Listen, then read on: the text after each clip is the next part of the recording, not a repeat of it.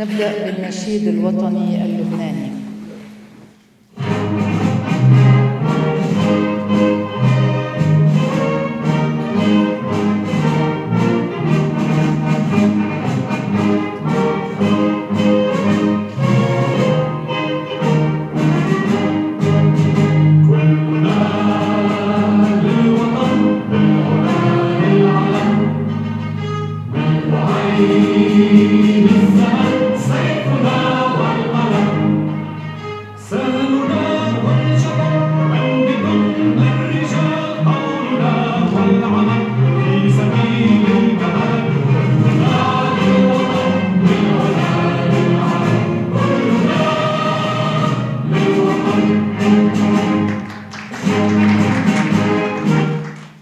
صاحب الرعاية معالي وزير الثقافة القاضي محمد وسام المرتضى، حضرة رئيس الاتحاد العمالي العام الدكتور بشار الأسمر، معالي الوزير عصام شرف الدين، أهل الثقافة والفكر والإعلام، الأصدقاء والحضور الكرام، أهلا بكم.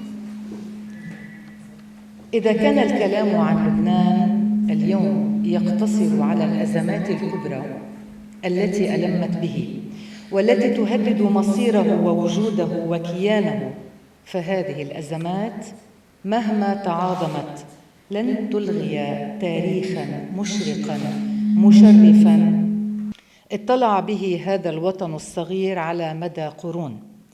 تاريخ حضاري ثقافي تنويري توج لبنان مساحة جمال وثقافة وحرية، وطبع بيروت مختبراً ثقافياً وملاذاً لمثقفي المنطقة وروادها في الصحافة والأدب والفكر والفنون. هذا الدور الرائد للبنان الذي تخطى الجغرافيا الصغيرة بمغتربيه ومهاجريه ومبدعيه يبقى وشماً على جبينه بالرغم من انكفائه القسري المؤقت الآن.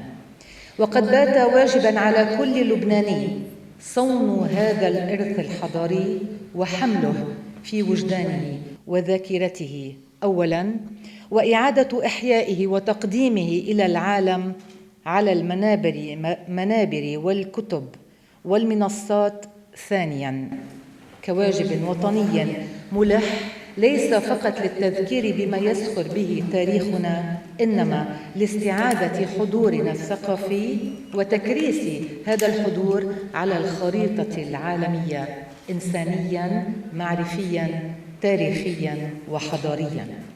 لا شك أن أي مشروع اليوم يعد بمثابة مغامرة وتحد، إلا أن المبادرات الفردية التي صنعت النهضة اللبنانية على جميع مستوياتها ما زالت تؤمن بدورها الفاعل في النهوض بلبنان.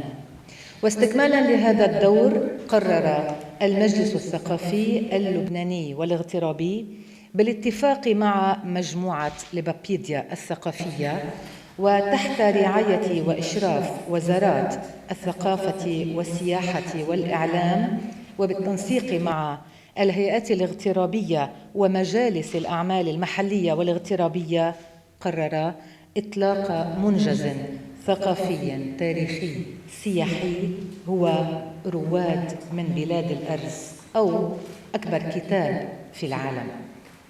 انطلق هذا المشروع تزامناً مع إعلان مدينة بيروت عاصمة الإعلام العربي 2023، وبالطبع بهالمناسبة منحب نهني وزارة الإعلام، منحب نهني جميع الوسائل الإعلامية وجميع الزملاء الإعلاميين.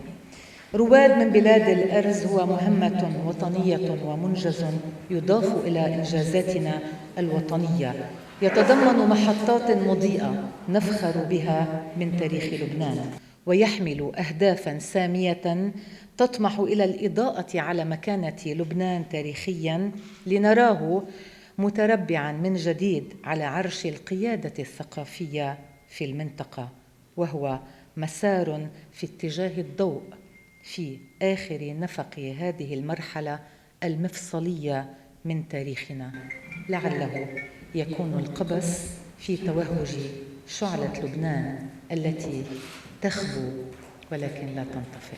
شكراً على إصغائكم، وبرحب فيكم مجدداً ونستكمل. أن تكون الثقافة من الأولويات الوطنية في أحلك الظروف وتقدم الهموم الحياتية والمعيشية والاقتصادية عليها، فهذا إنجاز يحسب على من يؤمن بجدوى الإرث الثقافي والحفاظ عليه ورفعه إلى مكانته التي يستحقها. هذه المهمة الوطنية الصعبة يؤديها وزير الثقافة بإصرار وعزم ومسؤولية وثبات، لأنه يدرك المعنى العميق والقيمة الحقيقية للثقافة في لبنان، وقد حمل رايتها على المنابر وفي المحافل الدولية، واجتهد طيلة تسلمه هذه المهمة لكي تبقى الثقافة والمثقفون الصورة الحضارية الأعرق للبنان، وكان المرجع الموثوق وما زال بالطبع والراعي والحاضن لكل أصحاب المشاريع الثقافية على اختلاف مجالاتها. بصمته في وزارة الثقافة حاضرة من خلال الإنجازات والمشاريع التي تسعى إلى الحفاظ على هوية لبنان الثقافية التي نعتز بها. كلمة صاحب الرعاية معالي وزير الثقافة القاضي محمد وسام المصري.